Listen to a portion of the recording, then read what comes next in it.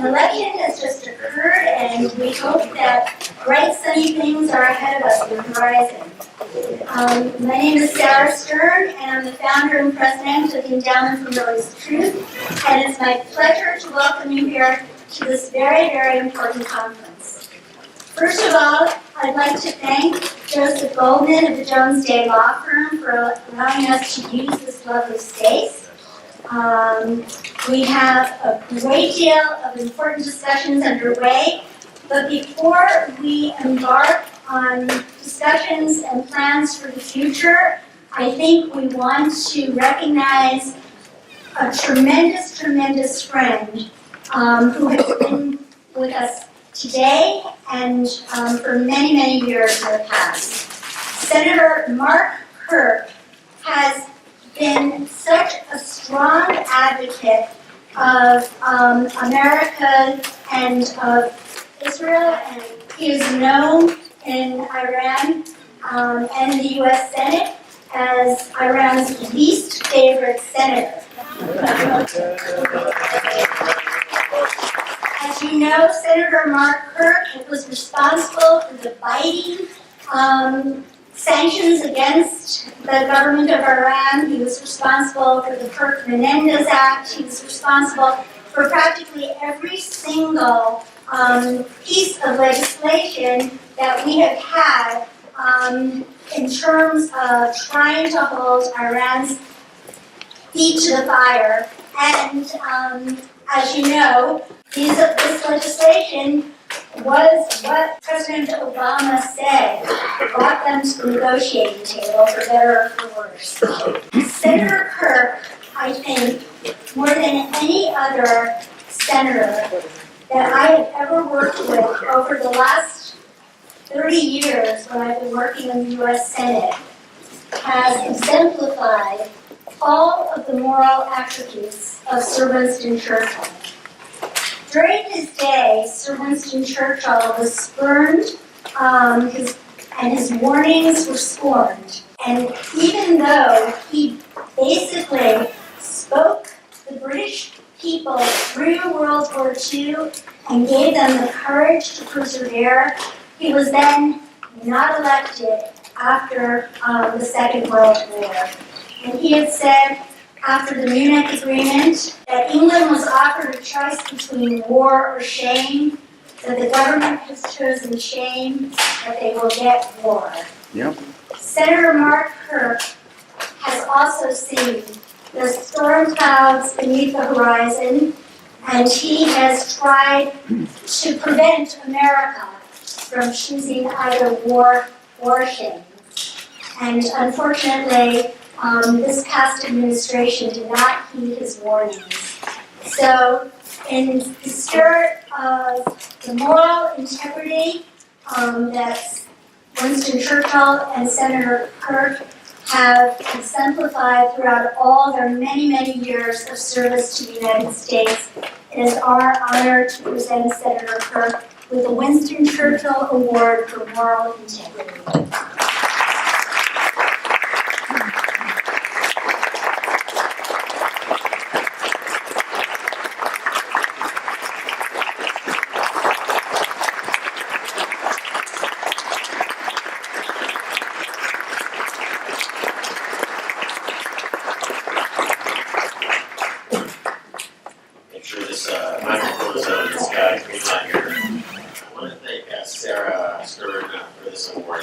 Because you happened on my political hero, which I'm very much a Churchillian scholar, and you picked the very guy of which I sought to model my career after. When you mentioned Menendez Kirk, I joked with Bob Menendez the other day that I think I'm ready to change my name officially to Menendez Kirk.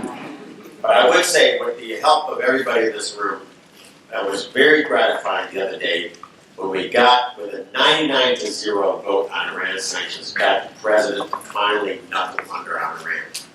It took 6 years to do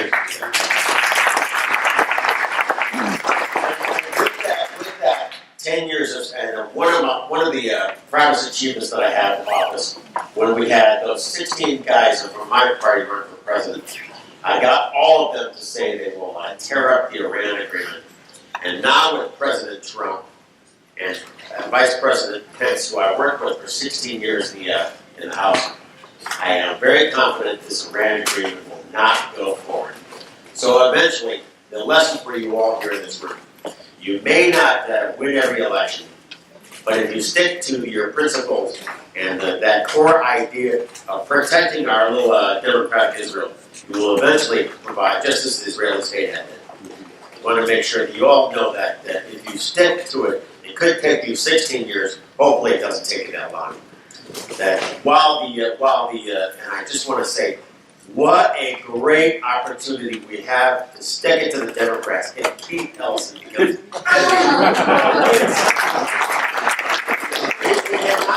cannot have a pure anti-Semite major political party. And my job will be to work with you on the inside and outside to make sure that people realize that virulent anti-Semitism is not the way forward. It's that we need to deliver defeat to those guys who advocate those ideas. I'll tell you a funny story. One day I was walking down the house steps after a vote and ran into Keith.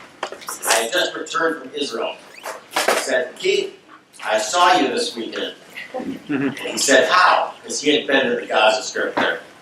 I said, I was visiting the Israeli Ministry of Defense, and they showed me a UAV feed. They were watching over Keith as he's running around Gaza. And I was trying to make sure they would know if some crowd came to kidnap a U.S. consul. And when I said that to him, he said, Kirk, did you tell me that just to intimidate me? I said, well, if I was trying to intimidate you, I would have said I saw you through crosshairs.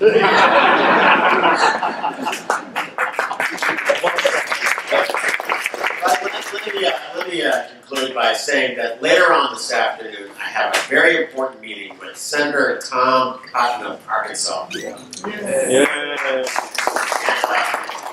key part of that meeting, I will be handing over all my knowledge on the pro-Israel community. And Tom has agreed to pick up the Mark Kirk flame to be the top pro-Israel senator in the Senate. I want you to all to call his staffer, Alex Wong, and say that you're so happy that Tom has agreed to pick up the Kirk flame. I want to make sure he sees immediate good results from this decision. That we need another very strong pro-Israel advocate in the Senate. Make sure that happens as quickly as possible this afternoon. I want to make sure, because I don't know how many synagogues we have in Arkansas. We want to make sure that every Jewish household in that state is a cotton country, and to make sure that he hears over and over again just how much you appreciate that he's taken over this role to make sure we can back the democratic state of this room.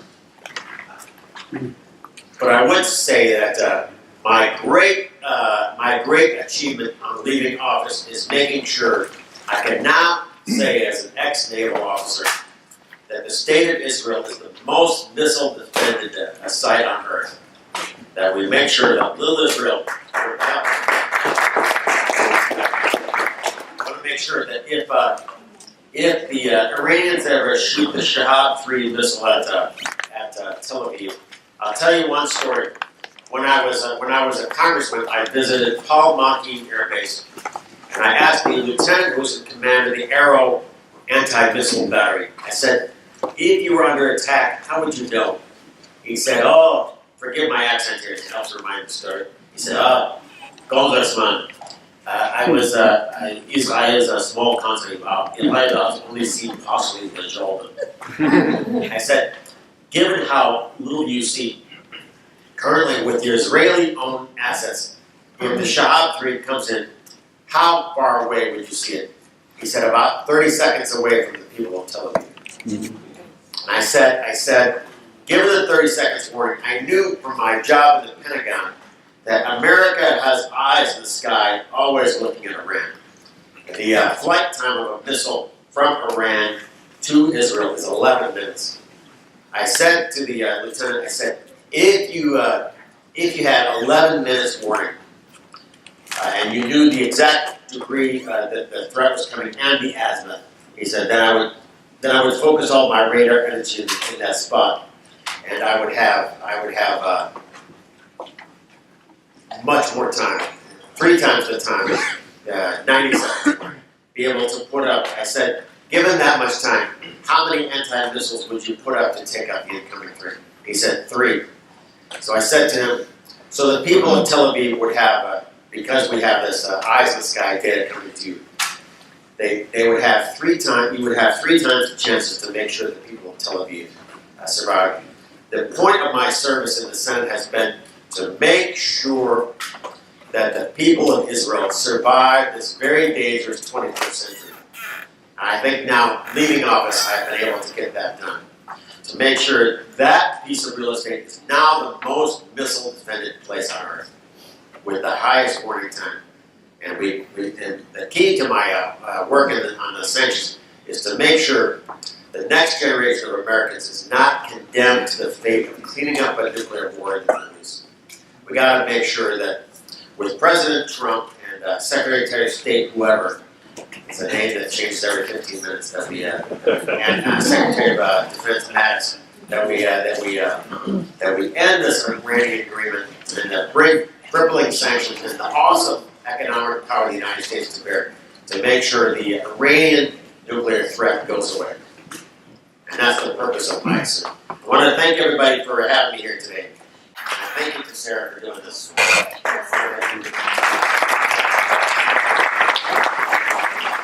No, Elliot's coming now. I want to make sure you give a good round of applause to our Democrat who's coming here. We got to make sure that we're bipartisan and we're always working